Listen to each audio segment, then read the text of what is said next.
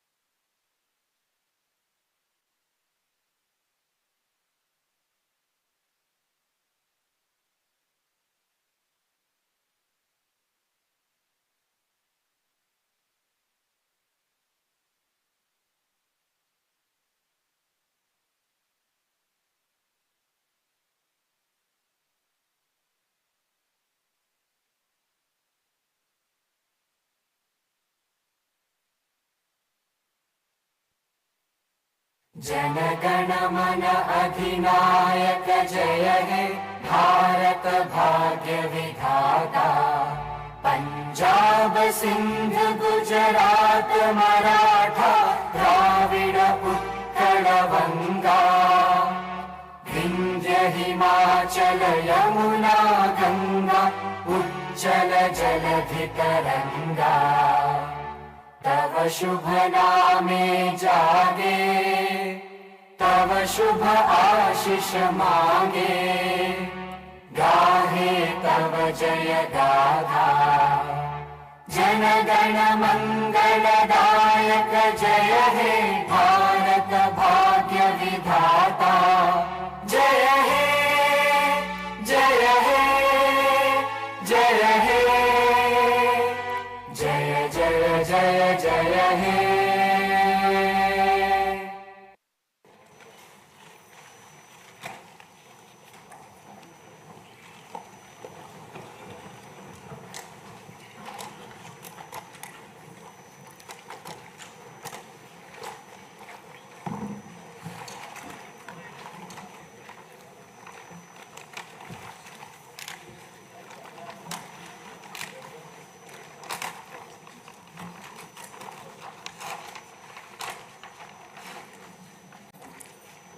Honorable Chairman,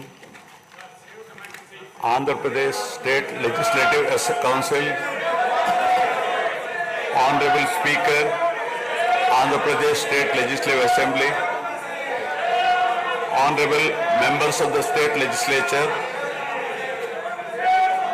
I am immensely pleased to welcome and congratulate the newly elected Honorable Members of the State Legislative Assembly and members of the Legislative Council to this joint session of the State Legislature being convened for the first time after the General Elections 2024. I would like to take this opportunity to commend the Andhra people's active participation in the electoral process. Their inspiration for change has been unambiguous. Now the responsibility of fulfilling their aspirations lies with all of you. Honorable members, you are aware that due to the supreme sacrifice of Amarajeevi Potti Sriramulu, Andhra Pradesh was formed as the first linguistic state on 1st October 1953 with Kurnool as capital. Thereafter, the state was recognized on 1st November 1956 and Telugu-speaking parts of Hyderabad state were made into the combined Andhra Pradesh with Hyderabad as capital. Accordingly, a lot of Telugu people moved to Hyderabad. Again, in June 2014, the people of Andhra Pradesh were forced to undergo another reorganization of their state, the most damaging experience of all. The united Andhra Pradesh was bifurcated unscientifically, undemocratically, and without adequate consultation with the stakeholders. This has left an indelible mark on the minds of the people of the residual state of Andhra Pradesh. The turbulence caused due to multiple state reorganizations and the resultant disruptions have deprived Andhra people of a sustained long period development and progress. Today we stand at a juncture where the people have to again take up the task of rebuilding their state. As time has progressed, it has become evident that the Andhra Pradesh Reorganization Act 2014 does not compensate enough the residual Andhra Pradesh for the loss of prosperity and development opportunities. The state bifurcation has imposed an unprecedented strain on the economy of the state. There are patent inconsistencies in distribution of assets and liabilities,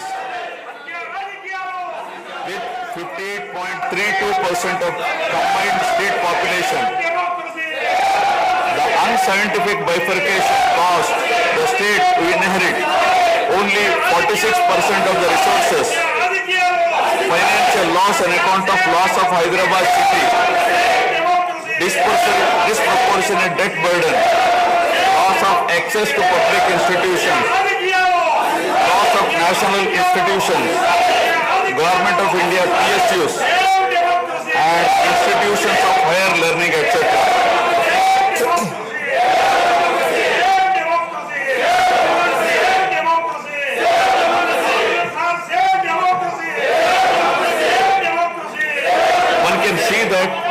Scientific criteria for apportionment were not adopted, while the residual state inherited huge revenue deficit.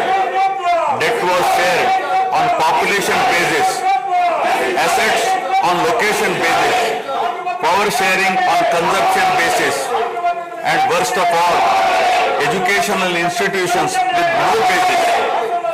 All these factors led to the structural change in economy with reduction of service sectors from 51% to 44%. The per capita income too fell from 1,06,176 for the combined state to rupees 93,121 for AP.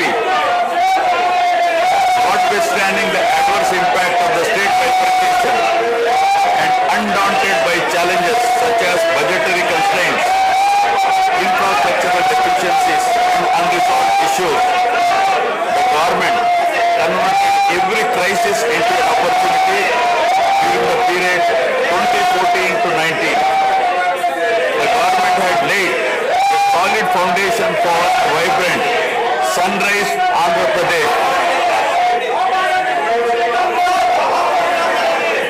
The then government focused on the inherent strengths of the successor state of Andhra Pradesh, its 974-kilometer coastline, providing opportunities for port-led development and requisite environment for manufacturing activities. The fertile river plains supporting agriculture and allied activities, the passing of 3 industrial corridors through the state, rich natural and human resources. Reflection on the state's performance during the 5-year period of 2014 to 19 gives a clear picture of the balancing act between development and welfare. Completion of prestigious Pattasima project by linking of rivers Godavari and Krishna in a record time of 1 year. Completion of 72% of Polavaram project so that it could be made fully operational by 2021. Prioritization of other irrigation projects, drought-proofing measures, real-time governance, development of Amaravati region through land pooling, construction of new secretariat and legislature building are a few examples worthy of mention. All the milestones achieved during 2014 to 19 were possible because of the visionary leadership of Sri Chandrababu, the Honorable Chief Minister of Andhra Pradesh. In this regime, the state attracted marquee FDIs like Kia Motors, emerging as #1 state continuously in ease of doing business rankings.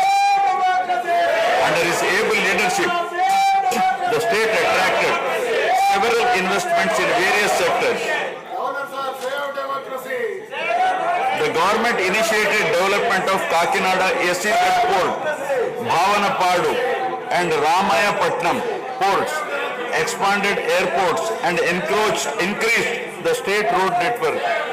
The development of infrastructure was balanced with welfare measures such as increase in old age pension, farm loan waiver, scholarships to students, construction of houses, etc. These development and welfare measures led to compound annual growth of 13.5% between 2014 to 19. While the state was set to take off on the path of high growth, the change of regime in 2019 again brought back the disturbing time for the nascent Andhra Pradesh. The state that already bore front of bifurcation in 2014 was rather unfortunate to have witnessed yet another bigger debacle in the form of inept governance, where the people were threatened and officers demoralized. In fact, the damage and losses during the period 2019 to 24 have been more severe compared to the state reorganization in June 2014. The government that assumed charge in 2019 started a destructive note with demolition of Praja Vedike that continued unabated till the end of the regime 2024. During this regime, democracy was at peril. People were in a state of fear and hardly enjoyed any freedom of living.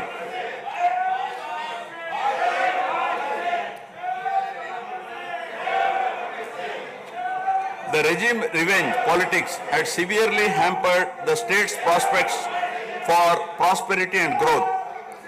Even the Honorable High Court of Andhra Pradesh had sought to convene a judicial inquiry into whether there is a constitutional breakdown in the state.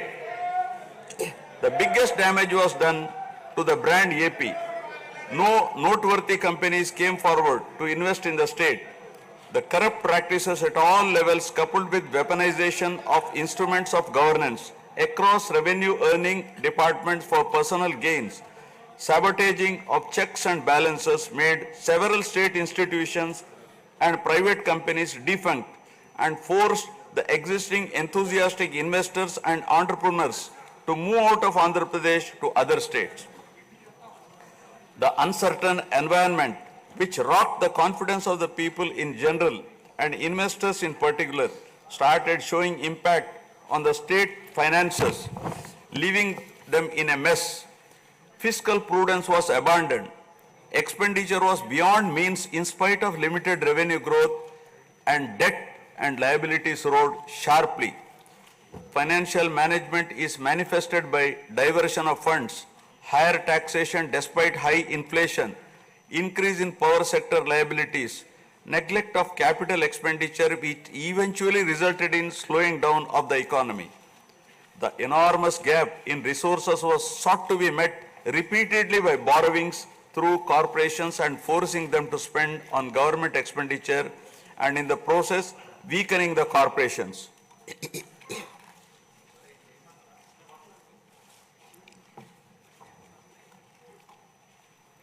In view of the inordinate delay in clearance of the bills due to strained financial position of the state, many vendors and contractors have approached High Court of Andhra Pradesh for relief and filed cases against the government. About 25,000 cases have been filed for bill payments, which is unprecedented. The sheer number of contempt cases with personal appearances and arrest warrants against officials in several cases resulted in systematic humiliation and victimization of bureaucracy. This led to complete demoralization of administrative machinery. the capital expenditure reduced by 60% in 2019-24 compared to 2014-19. Departments such as water resources and transport, roads and buildings, which undertake substantial capital works, were left critically short of funds to carry out any works. The capital expenditure on water resources has reduced by 56%, and that on roads and buildings by an alarming 85% during this period. The compound annual growth rate of states-owned tax revenue slipped from 12.8% to 8.1% during this period. On the other hand, the revenue expenditure increased from 7.8% to 10.5%, whereas the capital expenditure growth declined steeply from 26.4% to 3.4%. Lower share of capital expenditure to public debt occurred during the period 2019 to 24 is a clear indicator that the government met revenue expenditure also through borrowed funds. The CAGR in per capita debt has been higher at 14%, while the CAGR in per capita income is only 9.7%. This reflects the fiscal profligacy of the previous regime as no capital formation took place. The Amaravati capital region, envisioned as the focal point of growth for the nascent state of Andhra Pradesh, was totally destroyed. With an attempt to scrap the Amaravati dream, the government confused the people with its malicious three capital cities idea under the guise of decentralized governance. During the period 2019-24, no irrigation project, no industries, no infrastructure relating to roads, buildings, hospitals, drinking water was taken up. Cancellation of MOUs in energy sector and other infrastructure projects further demonstrated the negative attitude of the government. Such disastrous decisions, unmindful of consequences, have led to unrest amongst the youth and job aspirants. Prevalence of uncertain environment has eventually led the youth towards addiction of illegal substances, causing a drug menace. The mental unrest and agony were not limited to the geographical boundaries of the state. The Telugu speaking people all around the world were upset and demoralized by the uninspiring deeds of the government.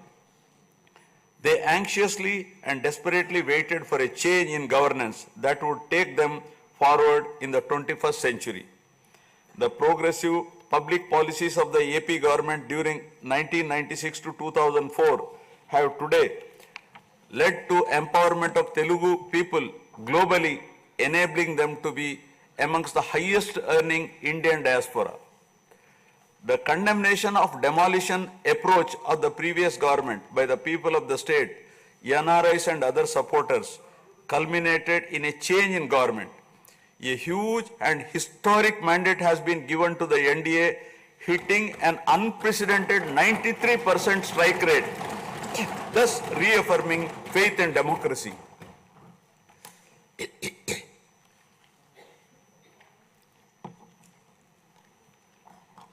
I sincerely congratulate the people of Andhra Pradesh for their wisdom in electing a government that discharges its duties with a futuristic view. Hordes of Andhra people had come from various regions to be part of this historic mandate in favor of future of Andhra Pradesh. The new government has a perfect blend of fresh and experienced honorable members in the assembly. I once again welcome all the members who will be instrumental in making right policies in the interest of good governance and in the spirit of cooperative federalism. Honorable members, at this juncture, I feel it is also important to recall the glorious past of Andhra Pradesh. Renowned as Annapurna, rice bowl of India, the state used to support other states in ensuring food security. As a leader of self-help group concept, Andhra Pradesh stood out as an example in developing entrepreneurship, knowledge economy, and cultivating thrift amongst poor women. Use of IT in all areas of welfare and development was the cornerstone of state's vision. The misrule of the previous government, which lacked transparency, have compelled this government to put the facts before the people about the disruption of systems and rampant corruption prevailing during the last 5-year term. Accordingly, my government has released a series of white papers highlighting numerous discrepancies in fund utilization, misappropriation, resulting in huge loss to the state exchequer and the natural resources base of the state. I would present some of the key takeaways of the white papers. Completion of Polavaram, the lifeline of Andhra Pradesh, is of the highest priority. The Polavaram project has been completely derailed. Introduction of reverse tendering and cancelling the agreed contracts have caused an irreparable damage not only to the project but also to the concept of interlinking of rivers and irrigating every acre of land. Unilateral announcement of 3 capitals for the state resulting in 1,631 days of farmers' protest. Modification of jurisdiction of the Capital Region Development Authority to 6,993 square kilometers. Shelving preparation of regional master plans. Completing the land acquisition in only 191 acres are some of the events that halted the progress of CRDA. This led to a potential loss of about 7 lakh jobs and estimated loss of wealth of about rupees 2 lakh crore along with loss of investment and growth opportunities. Andhra Pradesh, which enjoyed the distinction of being the first state in the country to have introduced reforms in the power sector in 1990s, had achieved energy sufficiency from 1996 to 2004. After bifurcation, the state faced an energy deficit of 22.5 MU per day. Again, by bringing second generation's reforms in energy sector and promoting renewable energy, the state become energy surplus by 2018. The state has witnessed an irreparable damage in the recent past. State energy sector has also suffered huge losses to the tune of rupees 1,29,503 crores during the period 2019 to 24. Misappropriation of natural resources such as land, mines and minerals and forests has been widespread. Land grabbing, misappropriation in allotment of house site pattas, violations in land allocation, assignment of land to ineligible beneficiaries, and Resurvey and AP Land Titling Act 2023 have completely eroded the confidence of the people during 2019-24. Put together, an amount of rupees 35,576 crore covering 1.75 lakh acres has been estimated as a loss, and the fundamental right of the people to own their property was affected. Looting of sand and mineral wealth is another area that resulted in huge loss to the exchequer and involved corruption. My government has initially estimated that an amount of rupees 19,000 crore has been lost due to illegal activities in these areas. Due to the unfriendly sand policy, 20 lakh construction workers have become unemployed. Due to the inefficient, inappropriate policy making and laxity in enforcement during the periods 2019-24, a cumulative loss to the tune of 9,750 crore has been incurred in mineral revenue. Huge damage has been done to environment. Smuggling of precious red sanders from forests has taken place with the revenue from the sale of red sanders dropping from rupees 1,623 crore in 2014-19 to rupees 441 crore in 2019-24. The destruction of mangrove forest land and Rishikonda Hill in Vishakhapatnam have also damaged the state's heritage and culture. The government misused law and order machinery during 2019-24 by harassing dissenting voices. There was rise in crime against women, children, atrocities on innocent people, especially the SC, STs and other vulnerable sections. The people lost faith in the government's ability to maintain rule of law.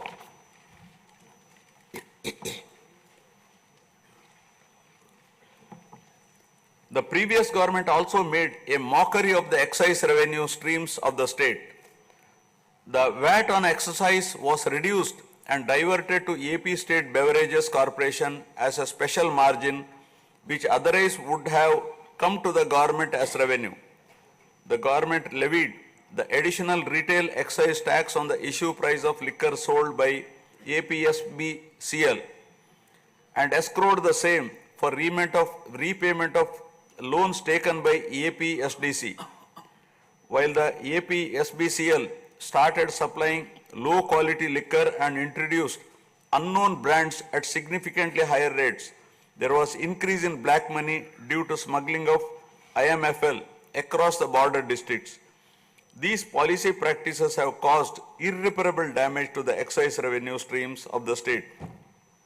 As a result, it has become difficult for the new government to meet even the essential committed expenditure with the reduced revenue of the state.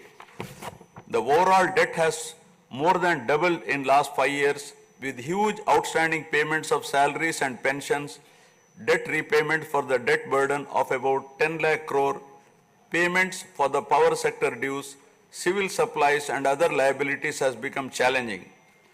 Putting the governance back on track is truly a Herculean task.